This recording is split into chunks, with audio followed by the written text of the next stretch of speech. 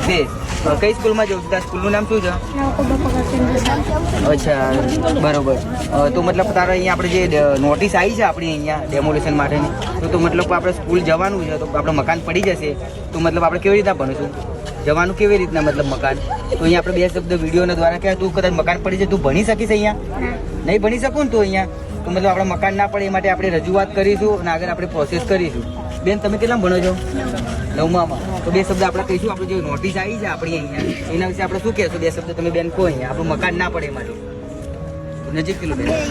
અમને અહીંયા નોટિસ આવી છે, અમારે અહીંયા ઘર ખાલી ઘર તોડવામાં આવશે તો અમે જાશું ક્યાં? અમારે ભણવાનું બગડશે, અમારે ટ્યુશન જવાનું બગડશે, અમે ભણી નહીં શકીએ. મારા મમ્મી પપ્પા અહીંયા મજૂરી કરે છે તો અમે મારા મમ્મી પપ્પાની જાશું ક્યાં? આ બધાના આટલા બધા હોશિયાર છોકરાઓ છે, કદાચ મકાન પડી જશે, આ લોકોનું ભવિષ્ય બગડી જશે, આ લોકોનું ભણતર બગડી જશે. તો મતલબ આપણે હજુ બી એ કહેવા માગીએ છીએ ડેવલપમેન્ટથી અમને કોઈ જ વિરોધ નથી, મતલબ આટલું કહેવા માગીએ છીએ. જય હિન્દ, જય ભારત.